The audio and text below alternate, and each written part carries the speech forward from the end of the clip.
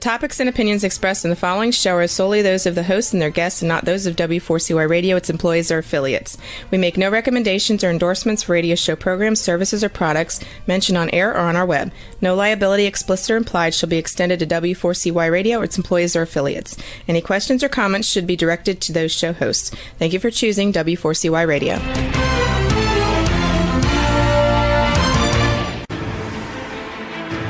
What's working on purpose anyway? Each week, we ponder the answer to this question.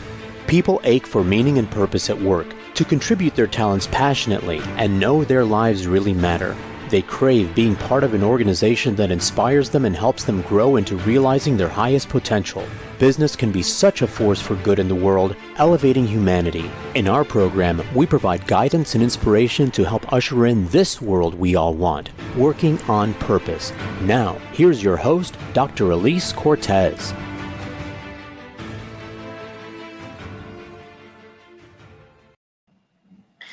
Welcome back to the Working on Purpose program. Thanks for tuning in again this week. I'm your host, Dr. Alise Cortez, joining you live from Dallas, which is home base for me.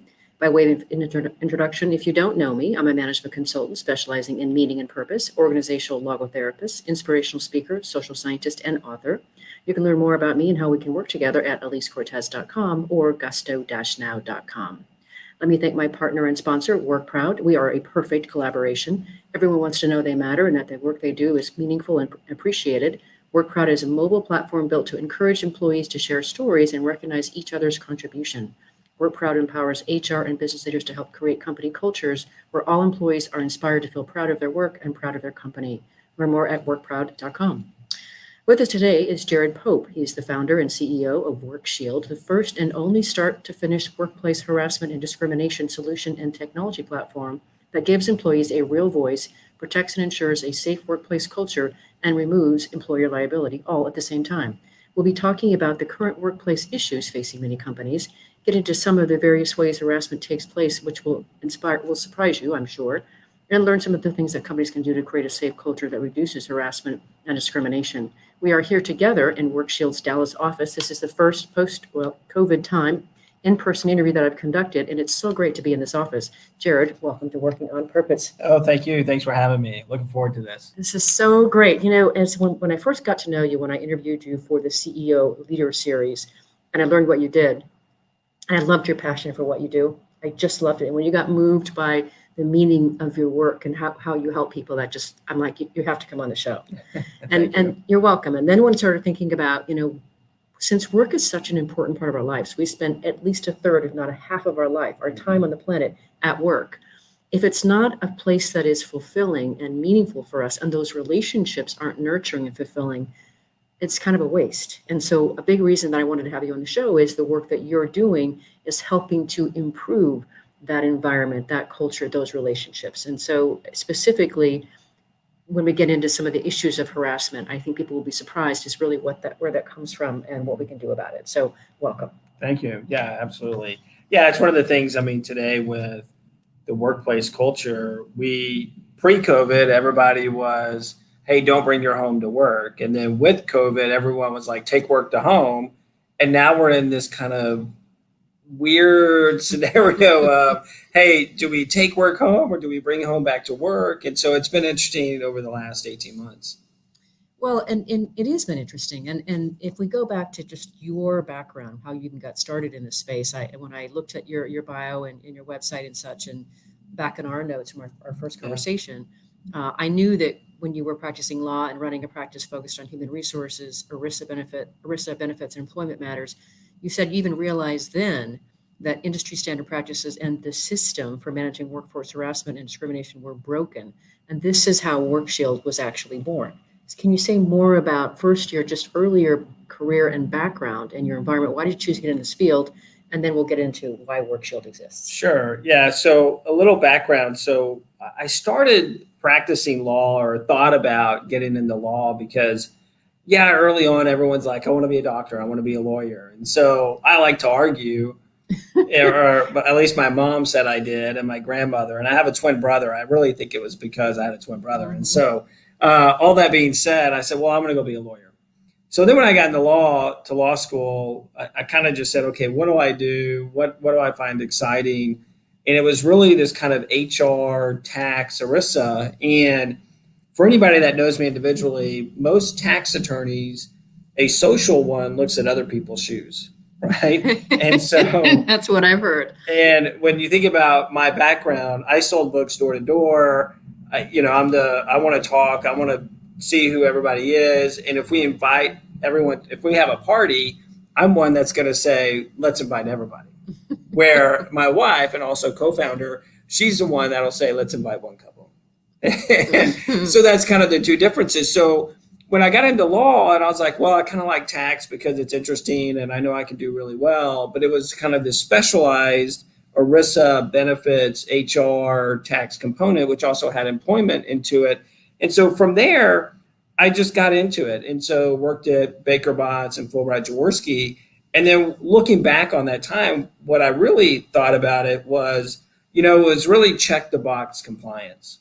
And I think that's kind of that system that most people have been in is more about, hey, what do I just need to do to check the box? And they're not really concerned previously about really hearing the employee's voice and why do we want to hear that voice and what's the meaning and purpose behind it. And so when the Me Too movement started, it really just came to being like, okay, the system's broken. And so how do we fix it from there? Mm-hmm. What I so appreciate about what you're saying, I think you said that was 2017. It started 2017. I actually got an article. A friend of mine who's actually on the advisory board for WorkShield sent me an article, and I'm always thinking about new ideas. And so I read the article, and that's really what started and prompted saying, okay, how do we change this problem? Mm-hmm. How do we fix this broken system? Mm-hmm. I love that, Jared. And here's why. Right. So I love that you had a finger to the pulse, that you were alert and aware enough to recognize this isn't just a bunch of swirl that's going on here. Mm-hmm. There's something wrong with the overall system that we're working in. That's right. And I think that's for any listeners and viewers. I mean, this is the opportunity, right? We start to see a problem. What can we do about it? And I don't even know how long we've been working in this system. Well, it's interesting. If you think about the broken system, it's been around for 40, 50 plus years. But it's even more than that because discrimination, harassment, workplace misconduct, it's been around forever. And it's only now recently with the Me Too movement and what I call the tweet heard around the world. It's the Alyssa Milano tweet that said, hey, Me Too. Mm-hmm. And so only then did people say, hey, no more. Mm-hmm. And even today, it happens all the time. And it's really kind of this idea and mission of ours to say, hey, there is a way to handle this, and it is a broken system. We have a solution. We know how to fix the broken system, but it's like anything disruptive, anything that's new, people are like, wait, time out. Yeah. You're telling us what we did in the past was wrong. Well, absolutely, it's a broken system. And so, but there's a way to get there, and we'll get into that. So yeah. Well, and of course, what I'm all about, right? So much of what I'm doing on the show for the last 6 years, and as I told you, your episode number 328 is really trying to evolve the conversation, right. The world in which we live, how we do business, how we do work inside companies, and how we do business outside in the outside world. Evolve that, and that's an ongoing iterative process. That's right, and I think for any business leader in any company, they first have to understand. It's such an iterative process, but the workplace culture is just a microcosm right. of what's going on in society. Right. And you first have to get on board with that. If you don't, that just means your head's in the sand and you don't care. And I think most leaders are like, oh, okay, I get it. I understand it. But then when you add in Me Too, the BLM, LGBTQ, you have the political side of things over the last year, people are now understanding, wait, we've had this kind of petri dish of experiment of, wait, what's happening outside is absolutely happening internally at our workplace cultures. And so leaders are now faced with DE&I and diversity, equality, and inclusion, this harassment, this discrimination. How do we solve and address this? Because you know what? People have said no more. Yeah. And their voice wants to be heard. Well, and here we are in the city. Do you hear? We actually have fire trucks. What a concept. The world is out there. So as you know, Jared, and some of the listeners and viewers that are watching know that this show is really designed to be educational, mm-hmm. inspirational, and really pull the conversation forward. In fact, I'm proud to say that this show was identified as number 7 in 60 shows of Future of Work podcast, the top 60 podcasts, number 7. So I'm very proud of that. Thank you. So, of course, in preparation for the conversation, what I wanted to do was I wanted to better understand harassment and discrimination because it's not my world. It's not my camp. And so listeners and viewers, I want to share with you that I discovered, and I'm going to ask Jared to kind of chime in on this, there are at least 11 types of harassment: discriminatory, personal, physical, power, psychological, cyberbullying, retaliation, sexual, quid pro quo sexual, verbal, and third party. And just listing these out already, I hope, starts to elevate your understanding of what this problem is and just how widespread it is.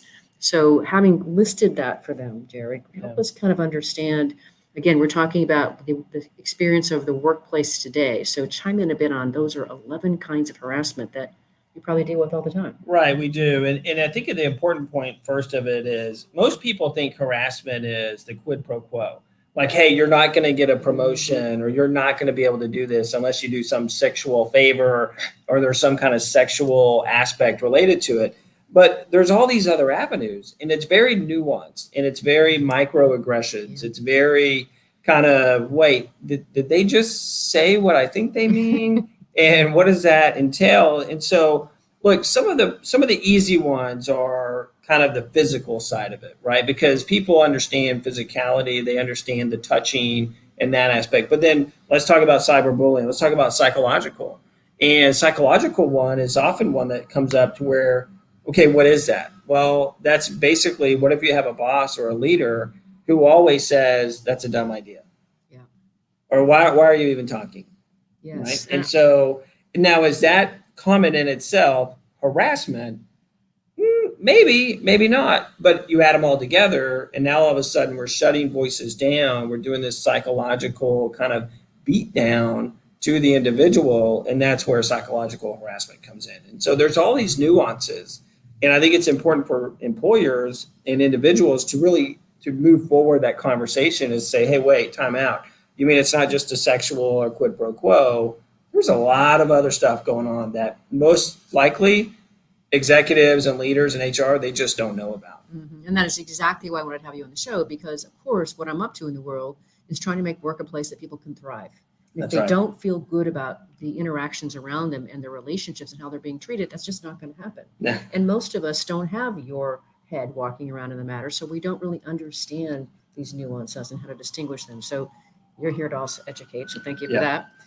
I also wanted, if we could, to the extent that you're able here, I wanted to be able to help listeners and viewers to understand the problem. Do you have any statistics to help us understand just how widespread this is? One thing I can say is you and your firm are a busy man. I know that. We are. So yeah, there's some general stats out there. And what's interesting, when I first started kind of looking into this kind of issue, this workplace misconduct, it was kind of hard to find the true stats that are out there, because you think about it, okay, who's actually reporting this stuff? And so when you look at the EEOC side of it, the EEOC tracks data, and they basically say, look, 75% of the issues do not get reported.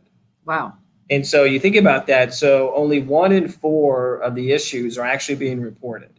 And that means not just reported to the EEOC, that means reported to HR, the managers, the supervisors, and even those quote unquote anonymous hotlines that go directly back to HR and the managers. And so when you think about that, that's 75%. And here's some other stats. They also say in a population of a company, so let's take 1,000 life company, because it's easy to think about. There's about 4% of the issues. So what does that mean? That means 1,000 life company is going to have about 40 issues per year. Did you say 1,000 life? As in, you call the word life now. Life, or employees. I love that. That's so much better. Yeah. So like 1,000 life company, they're going to have on average about 40 issues per year that deal with harassment and discrimination. And so when you think about that, and most companies of that size will be like, we don't have that many.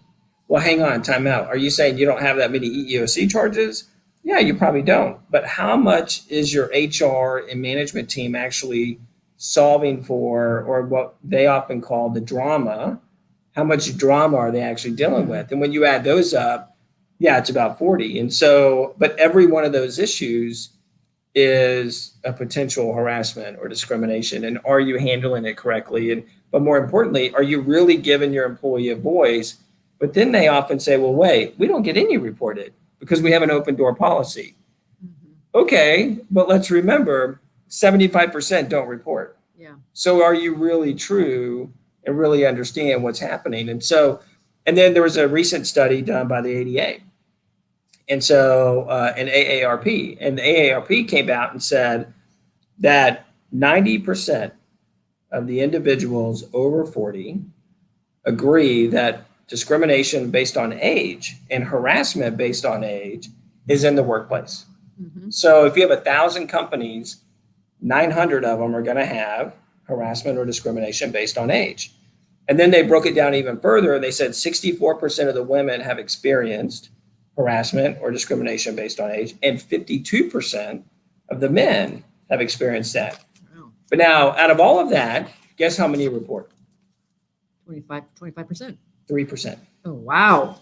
So out of 1,000 live company, only 3 people are reporting.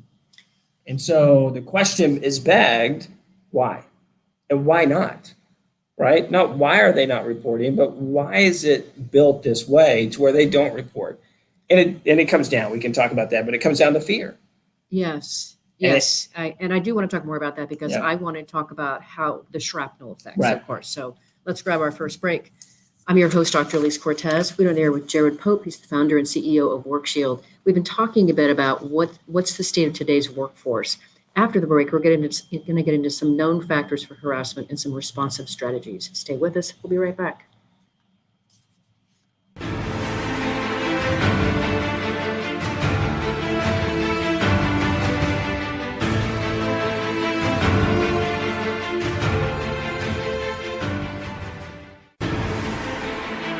Dr. Alise Cortez is a management consultant specializing in meaning and purpose, an inspirational speaker and author. She helps companies visioneer for greater purpose among stakeholders and develop purpose-inspired leadership and meaning-infused cultures that elevate fulfillment, performance, and commitment within the workforce. To learn more or to invite Alise to speak to your organization, please visit her at alisecortez.com. Let's talk about how to get your employees working on purpose.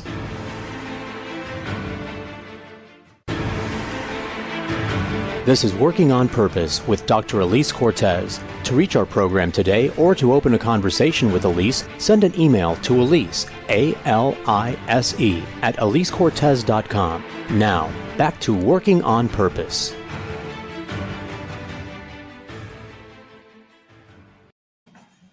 Thanks for staying with us and welcome back to Working on Purpose. As I've watched the pandemic continue on, we look for ways to help companies support their employees handle their anxiety, stress, depression, and feeling disconnected, while also helping to fill and inspire them with ongoing professional development.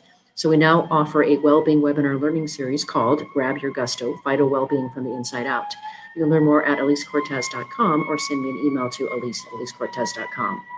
If you're just joining the program, my guest is Jared Pope, founder and CEO of WorkShield, the first and only start-to-finish workplace harassment and discrimination solution and technology platform that gives employees a real voice, protects and ensures a safe workplace culture, and removes employer liability all at the same time. We're together at the WorkShield office in Dallas for this conversation. I'm your host, Dr. Alise Cortez. So carrying on here, Jared, one of the things that we were talking about before the break is just really what's going on in terms of the workplace. And I also wanted to say a little something, as I said, about the shrapnel. So if these people are experiencing this and they're not reporting it, what I start to think about is, what does that do for the rest of their lives? What's happening when they come home? What's happening to their relationships with their significant others, to their children? What's the ripple effect of this problem? To me, it all comes to communication, and the ripple effect is if people are experiencing some form of harassment or discrimination and they're not able to raise that voice, well, then they go home and they're upset and they're stressed and they're anxious, and then they get home and their spouse is like, what's wrong? And then if they do communicate to them, it's like, well, let me tell you everything that's wrong. And then the spouse gets protective, or they either say, oh, just deal with it because we need the job. We need the income. And then the kids are saying like, well, mom or dad, why are you crying? Or maybe it's a single mom or a single dad. And now they're sitting there going like, wait, I functionally cannot raise my voice because what if I lose my job? Am I going to make the lease payment? Am I going to make the mortgage payment? Am I going to pay the rent on time? Or am I going to be able to pay my car or buy the shoes for my kiddos because they need the job? And with unemployment today, it's you get this kind of power move and power authority that really suppresses voices. And so the shrapnel effect is, look, it impacts our lives day to day. It impacts our families. It impacts our kids. It impacts our friendship. Because the history shows most people are fearful of retaliation. They're fearful of being ridiculed. They're fearful of, are they going to be laughed at? Are they going to be taken seriously? And so when you have that anxiety and feeling in you, well, what happens? You deteriorate. And you get small, and you don't, the way you manage you handle yourself, and the way you manner the outside world becomes closed. And this is all about, look, let's open up, because we need more communication. We need to talk about this stuff. And it's the same thing you mentioned earlier about the mental side of it. The mental health is huge, and it impacts us. And then you add COVID and the stress of that. Now we're at a double whammy. Yeah. Yeah. And again, so much of what I stand for in life is empowering people, because I want them to be their biggest best. I want them to reach their highest potential. I want them to get to the highest level of consciousness that they can and play that game. Yeah. And you can't do that when you feel bad about your situation, that you can't speak up. And as you say, you're having to shrink yourself. So, I'm so glad you came on. So, so let's talk about this. This is also interesting, some of my research that I did in preparation for this conversation, that I had no idea some known risk factors for harassment and responsive strategies. So I want to go through a few of these that I found and get you to kind of chime in with me. But one issue that was identified as being conducive to harassment is a homogenous workforce, right? So when you have a lot of people who look the same, somebody that shows up just looking a little bit different might be the odd man or woman out. That's right. So say a little bit about how is this problematic? Well, and that's where people get into this unconscious bias. Yes. Okay. Right. It's this unconscious, you have a homogeneous or homogenous workforce, and everybody looks the same. Yeah. Right. So now you have this unconscious bias against the newcomer or the outside person that comes in. So how do we actually solve for this? So when you think about the financial industry, financials and banks and private equity, it's a lot of white people. Mm-hmm. And so, this is why there's such a big push for this diversity. And you and I talked about this before, so what is diversity and inclusion and equality, right? And in diversity, and the way I think about this, and so people may laugh, but I like it, but it says, hey, diversity is making sure everyone's invited to the party, right? Mm-hmm. Inclusion is making sure everyone's on the dance floor. Mm-hmm. And then equality is making sure everyone's favorite genre of music is actually listened to. I love it. That works. And so when you think about this homogeneous or homogenous workforce, we gotta invite everybody to the party. Mm-hmm. We got to get rid of this. Everybody looks the same. They're wearing the same shoes and the same hat and the same shirt and everything else. We got to be different, because that's what makes the world go round. Right. And we need each other. We need each other to become our best. And this is where I saw it show up really quick. And I definitely want to hit some of the other ones is when I started my human capital career 20 years ago, it was in recruiting. Okay. And I kid you not, Jared, I would sit down with the hiring manager and they would tell me that, hey, I want to hire a database administrator, a DBA, or whatever they were hiring. And I say, okay, tell me about this person. What do you really want? And they would go through, and I kid you not, they would describe this person. And as I looked over at them as they were talking, I went, oh, you're describing yourself. You want me to go get you a copy of you. And that's what happens is people, well, they went to my same school, they may know my same people, they studied the same thing. No, right? This is the problem. So homogenous stuff just doesn't work. So another thing that I thought was really, really interesting, and you and I talked about it before we got on air, is workforces with significant power disparities can be really problematic. Yeah, so people often say, well, what do you mean by power disparity? Okay, let's think about the classic restaurant, fast food, McDonald's, fast casual. Well, the power disparity and even pay disparity, it's both, is you have the manager who makes six figures or close to six figures, and then you got the cook or the person that does the fries or the cash register, and they're making $12 an hour. And if they're lucky, they're going to pay the rent. Right. And so now you have this power disparity where the cash register needs the job. The manager is like, I control you. So now you have this power disparity and pay disparity at the same time. Right. So that's a classic example. The other one is in the finance industry, which I know I'm harping, and even the legal industry, the law firm industry. So you look at any big law firm, and the attorneys and the partners, they're making $1 million a year, $500,000, $250,000 a year. And then you have the secretary who's making $40,000. And now you got this power disparity, this pay disparity. You also have younger associates who are coming in and they see the big time partners and they're like, oh, I'll do anything for you because you control my job. And now there's this big power disparity. So those are kind of the two general factors when people we talk to say, hey, what are the two factors that lead to harassment? Power and pay. And that's why retail, restaurant, hospitality, financial, and legal all have the highest incident rates of any other industry. That's really interesting. Okay, now that you've presenced that for us, Jared, then help us understand, then how does harassment manifest under those conditions? Why is it conducive? Well, people aren't speaking up. And so when you have bad actors that aren't being put in check and people aren't raising the voice, and most companies, when they handle this stuff, their policy, and this gets back to why the system's broken, their policy is, if you've been harassed or discriminated, go to your manager, which is the one doing it, go to your supervisor, which is probably the one doing it, or they know the person who's doing it, go to HR, do they really have time to handle this? No. Or call that a hotline, which then goes back to the same individuals. So it's conducive because that's why people don't report, because it's a broken system. It's a circular system, and you got to break that circular system. And then you just have people get bored. Yeah, there's one of those points I wanted to cover for sure, but hold on just a second. I want to make sure that our listeners and viewers are really getting this, because I think it's so insidious and maybe so slippery that people aren't recognizing. And that's what I wanted to do, was lift consciousness in this conversation. So this power and pay disparity. So let's say you're my boss. Yeah. And I'm making, an eighth of whatever you're making, whatever it is. Well, women are smarter than men, so let's first clarify that. But sure. Okay, I'll be the boss. Okay, there we go. Okay, no, but then what does this look like? Is it like, well, you're smug because you're well paid and I need this job, and so you're like, hey, could you bring me some coffee, or what does it look like? So it comes in many forms. And it can be from a physical touch. It can be like, hey, I need you to do this. And if you don't do it, I'm going to write you up. Right? It's the passive aggressiveness. I hate that phrase, write you up. It's the, hey, I need you to stay late. And it's, generally speaking, men are in these positions, and then they see younger, attractive women, and they try to say, hey, maybe I can get away with something.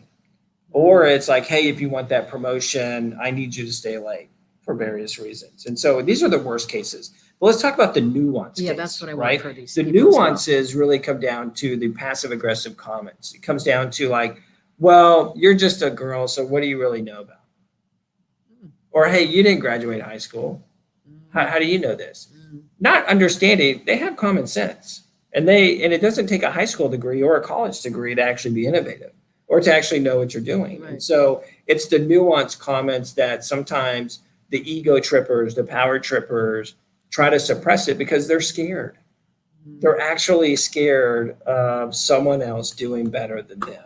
And it's just this little brush of walking by, or it's the kind of the bullying type side of it, or it's the retaliation of like, well, hey, why did you tell on me? Okay, you're going to get the bad shift. You're not going to get the shift. Or if it's the mom that says, hey, my child gets out of school at 3, I need to take the morning shift. Do you mind? And they're like, no, sorry. Yeah. And so it's these little nuanced behaviors that all add up to this harassment and discrimination. So what I hear, what the thing that I'm gravitating to when you talk, Jared, is the sheer importance of a check and balance somehow, that people are held to an account, held accountable for their behavior. And maybe that's the big thing that's missing in the system right now. Absolutely. And so it comes from 2 levels. One, the executives and the leaders want to be held accountable, and they want to create a safe environment for their employees.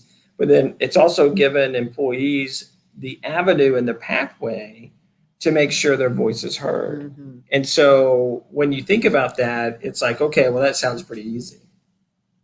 Well, it's easy in theory, but has there been a real solution out there to actually allow that to happen?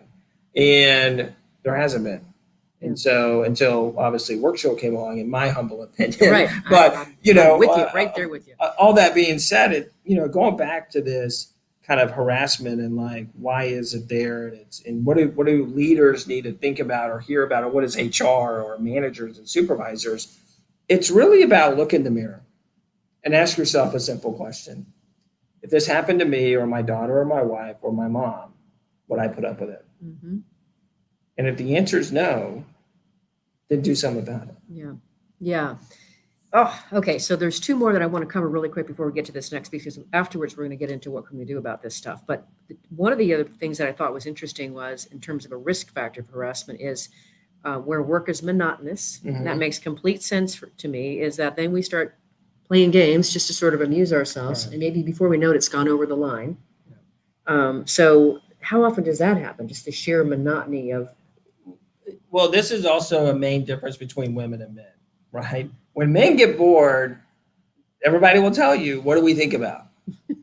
Right. It starts 3 letters and it starts with S and ends at X, right? And so I'll Got let it. you fill in the middle. Right. And so Socks, I got it. socks, yes, Think that's about right. socks. And so when you think about that, and men, generally speaking, are in these manager, supervisor positions, they get bored. They're in monotonous positions. It's the same routine over and over. So then they start daydreaming. right. And then they start thinking, and then they're like, oh, okay, well, I'm just the pat on the back. And then it's the flirtatious comment. And then it's like, hey, let's go out. And it's like, no, we're not doing that. And so there's a little bit of that. And then kind of this routine behavior, from that perspective on the women's side, because we also get where women are harassing men and other women. Yes. Because, and generally it's women and women against each other, because then it becomes, wait, they don't like the way they're dressed. They don't like the way they hold themselves, or they're insecure. And so it's funny, because all the data that we have and what we track is, look, a lot of people that do the harassing or discrimination, they're insecure with themselves. Yes. And so Ooh, that's such a great point right there. Listeners and viewers, did you catch that? This is really important. Let's grab our last break. Already it goes so fast, doesn't it? it does. I'm Alise Cortez, your host. We were there with Jared Pope, who's the founder and CEO of WorkShield. We've been talking about some of the known risk factors where harassment is likely to happen. After the break, we're going to get into a few things that companies can do to avoid discrimination and harassment and create a culture where people can actually talk. Stay with us. We'll be right back.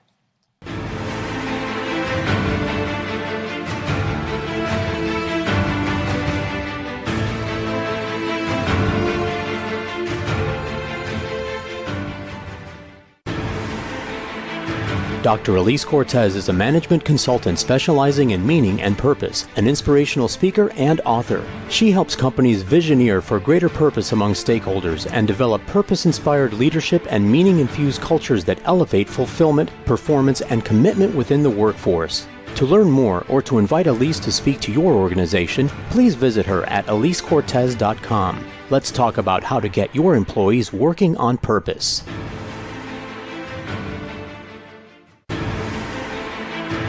This is Working on Purpose with Dr. Alise Cortez. To reach our program today or to open a conversation with Alise, send an email to Alise, A-L-I-S-E, at alisecortez.com. Now, back to Working on Purpose.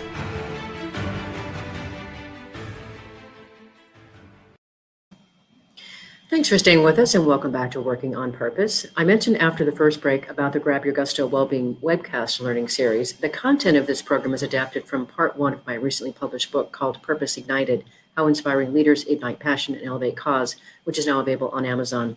I wrote it to awaken leaders to their passion and purpose and help transform them into inspirational leaders who enliven the workplace and elevate the contribution of business to all its stakeholders. If you're just joining us, my guest is Jared Pope, founder and CEO of WorkShield, and I'm here in their office here. I'm Alise Cortez, your host. So for this last bit here, Jared, I really wanted to get into, we've clearly presenced the problem, I think. I think people now recognize, okay, this is a problem. I didn't know it before, but I'm convinced now. So now let's get into some of the things they can do about it. The first thing I want to talk about is that I know from my work how hard it is to communicate, especially if we're hurt or something feels weird, or we're tender about something, or we just don't have the skills. Most of the time we don't have the skills or the practice. which is why for years I did a lot of crucial conversations training. So when I think about just how challenging it would be, and you've already helped us point out that somebody's got an issue and who they're told to talk to is their manager, who may be the one voicing the problem in the first place, or their HR person who maybe is not equipped. I mean, this is just such a problem here. And so looking at the work that you do and in our conversation here, what I really appreciate that is that it seems that WorkShield is really providing employees and companies, what you call them, lives, that critical space to be able to tell their story and get help without the fear of some kind of repercussion. Right. No wonder your work moves you the way that it does. Yeah. Well, it comes down to, you hit a very key point. It comes down to communication. And so let's first understand the existing issues and, why it happens is people feel like they can't communicate. Mm-hmm. And I often tell people, imagine going home to your spouse and making a major decision, but you can only do it over text or over email. That probably wouldn't go that well. I know my wife would be like, no, we need to talk. Because I want you to hear my anxiety or my fear or my joy or my happiness, right? Communication's about hearing. It's also about listening, which are two different things. And so, but it's also about giving employees and individuals a place to be heard. Yes. And so companies today, and we talked about this a little bit, where the broken system is today of, hey, here's an anonymous hotline, and then it goes right back to the company. That's the broken part, because that's why people don't call it, because they know if they call it, it's still going to go back to the company. It's going to go back to the manager, the supervisor, the HR, and they still fear retaliation. So what we have done and what we have seen is leaders in companies out there, they say, hey, their question is, how do we give employees a voice? How do we make sure we listen to it? And then how do we hold ourselves accountable? Well, it's easy. You bring in a third party. Yes, I totally get that. And so when you do that, and there's this role in litigation. So as an attorney, there's this deal called the role of apology. Which I want to get into because this is so important. Yes. And so this role of apology, this lawyer did this study that basically went to these plaintiffs, and they won all the cases. And they went back, even after demanding payment, they didn't settle, they took it to litigation and they won. And they went back and they said, are you happy now? To the plaintiff. And they're like, well, yeah. And they're like, well, this is what you wanted. What did you really want? And they said, all we wanted was an apology. And that's it. And so if you think about that, it's not about litigation. It's about, listen, I just want you to know that you hurt me. Yeah. And I want an apology. Yeah. And I just want you to help me understand that you know how I feel. You know my anxiety. You know my fear.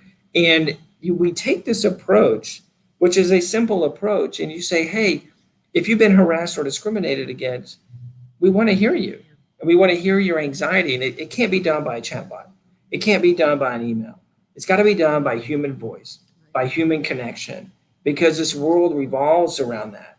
And I think COVID today has even made it to where it's less of a human connection and allows people to make this a worse problem, because a lot of people would say, oh, I bet you harassment and discrimination went down during COVID. No, it actually went up. Really? Yeah, because people were safe behind their computers. Oh, that's so fascinating. I'm catching this, listeners and viewers. This is so interesting. I would have never guessed that. No, it actually went up. And so, which was interesting. And because people feel safe, but also happy hours started happening earlier and you're at home. So instead of 5, now it's 3. And then they make comments and they feel more comfortable and they're behind a Zoom call or a computer, or they turn off the video. But so it really comes down to, okay, even with this connection, the employee has to feel connected, that their voice is heard. But then once you give them that voice to be heard, there's 2 things. You got to intently listen. Yes. Okay. And then once you intently listen, you got to ensure a clear path to resolution. Yes. And that's where companies always fail. Fall down. Yes, I can totally see that. Yeah. Even I just delivered an employee engagement survey, and we delivered all these great results. These are the things your employees were good enough to tell you. You've got actionable steps here.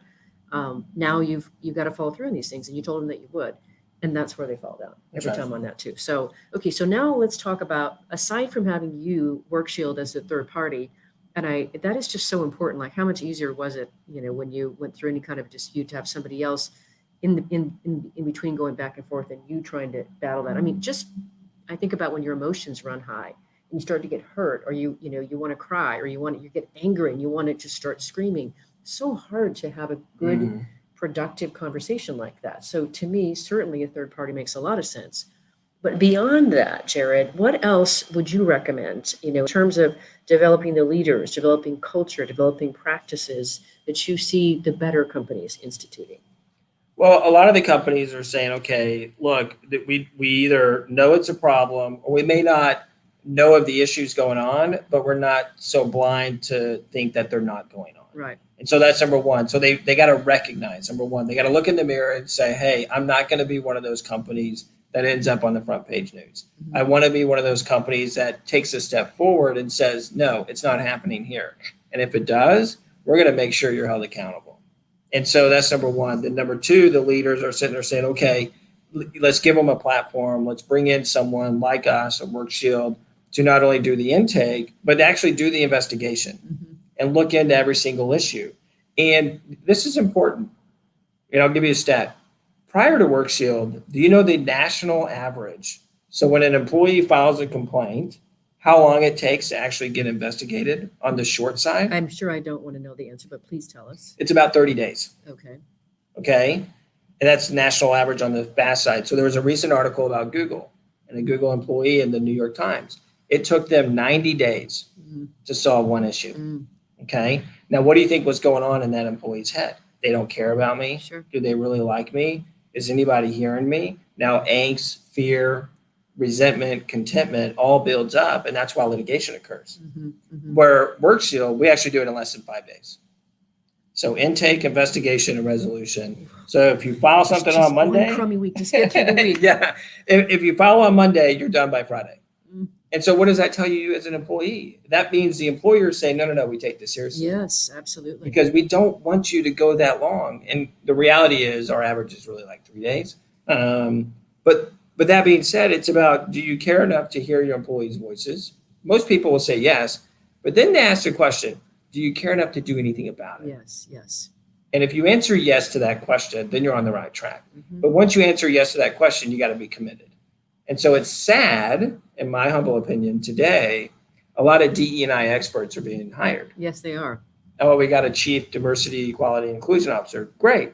What resources are you giving them? What are you doing? Yeah. And now what's interesting is we're starting to see a lot of these new DE&I officers, they're leaving the job.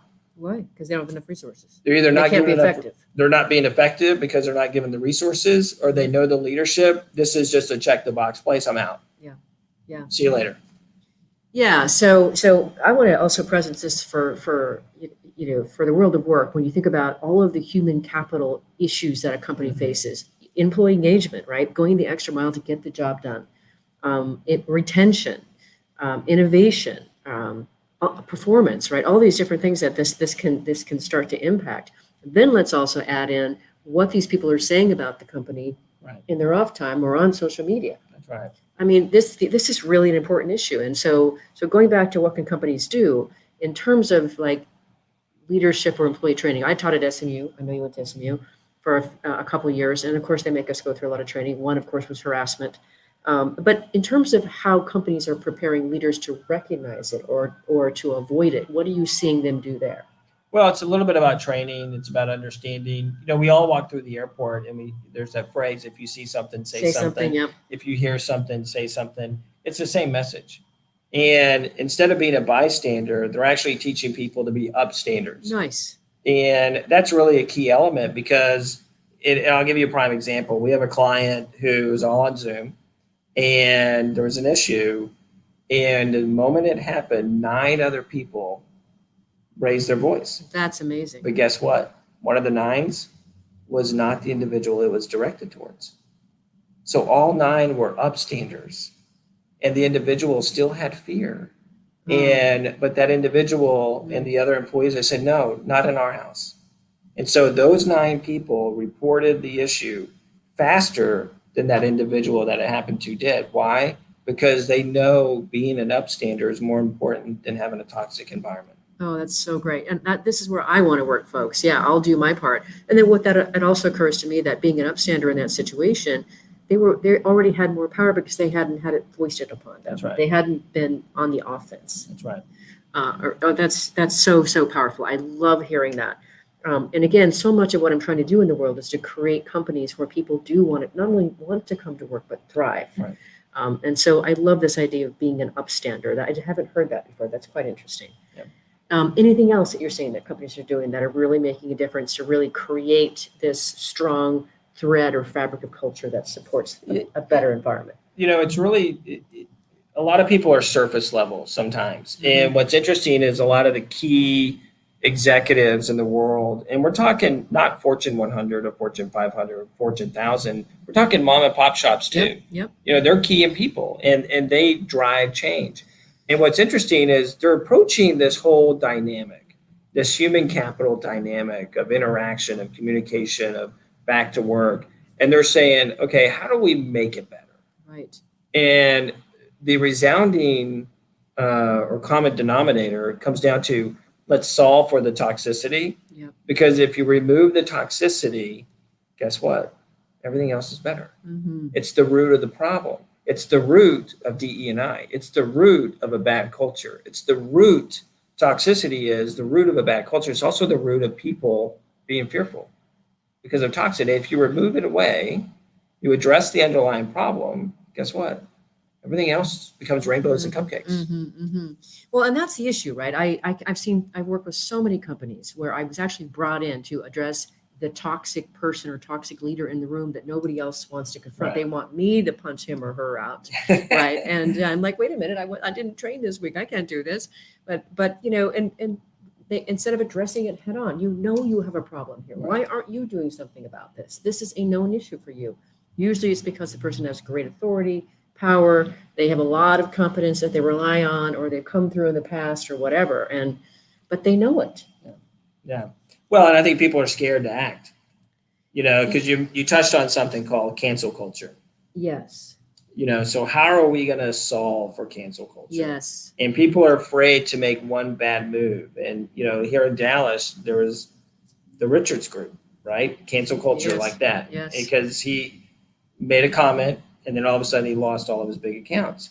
Well, that being said, that doesn't mean it was the wrong thing to do or the right thing. It's just you can't make a mistake without cancel culture happening.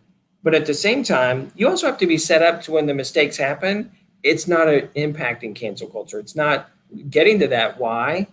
People only cancel because they're frustrated you're not hearing their voice. Yes. But I appreciate what you're saying too, right? Because you're right. That's if I step back for just a second, you're right. Why was I brought in? Because the person that brought me in didn't have the confidence, the competency, maybe even the support to do something about that issue. So they Right. wanted me to do it as a consultant or as a coach or a trainer. Well, they didn't feel empowered. Right, exactly. That's the word. And so they're looking for someone to come in and say, hey, help us solve this problem. Come in and help us, address the toxicity, address the bully in the room or the elephant in the room. And so that's where it really, you got to find that right platform to do that. And so when people don't report, their fear. Right. And that executives are fearful too. Absolutely they are. I know that. Everybody's a human being with a heart and emotions, the whole bit. So I'm so glad to share with our listeners, Jared, because what you're doing in the world is really important. Thank you. You're welcome. And so here we are at the close of the show already. The show is listened to across the globe by people that really do care about trying to create a culture where people want to come to work. They want to become inspirational leaders and they want to do business at the highest cause. What do you want to leave them with? Well, it's simple. It comes down to three things. Make employees' voice heard. That's number one. And when you do hear them, you got to intently listen and then ensure a clear path to resolution. And when that happens, the world becomes a better place. The toxicity gets removed and employees feel safe going to work. They're happy. Employers are happy. Productivity is up. And look, this doesn't mean things won't happen again, but you have the platform in place because you're given the empowerment to the employees while at the same time saying we're protecting our culture. And that's really what it comes down to. Make every voice heard, intently listen, and ensure a clear path to resolution. Beautiful, Jared. Thank you so much for being my guest. I'm so glad I found you. No, this has been awesome. Thank you. Listeners and viewers who want to learn more about Jared Pope and the work he and his team do at WorkShield, just go to workshield.com. And thanks again to our partnering sponsor, WorkProud, which helps companies build a platform where your workforce receives meaningful feedback. And thanks for their work from people across your company. Last week, if you missed the live show, you can always catch it via recorded podcast. We're on the air with Gabriel Kazan, a purpose coach who helps men discover their purpose and to transform their lives into something of their best version. Next week, we'll be on air with Joyce Tom, talking about the work she does in resilience, well-being, conscious leadership, and growth. See you there. Remember that work is at least a third of our life, so let's work on purpose. We hope you've enjoyed this week's program. Be sure to tune into Working on Purpose, featuring your host, Dr. Alise Cortez, each week on W4CY. Together, we'll create a world where business operates conscientiously, leadership inspires impassioned performance, and employees are fulfilled in work that provides the meaning and purpose they crave. See you there. Let's work on purpose.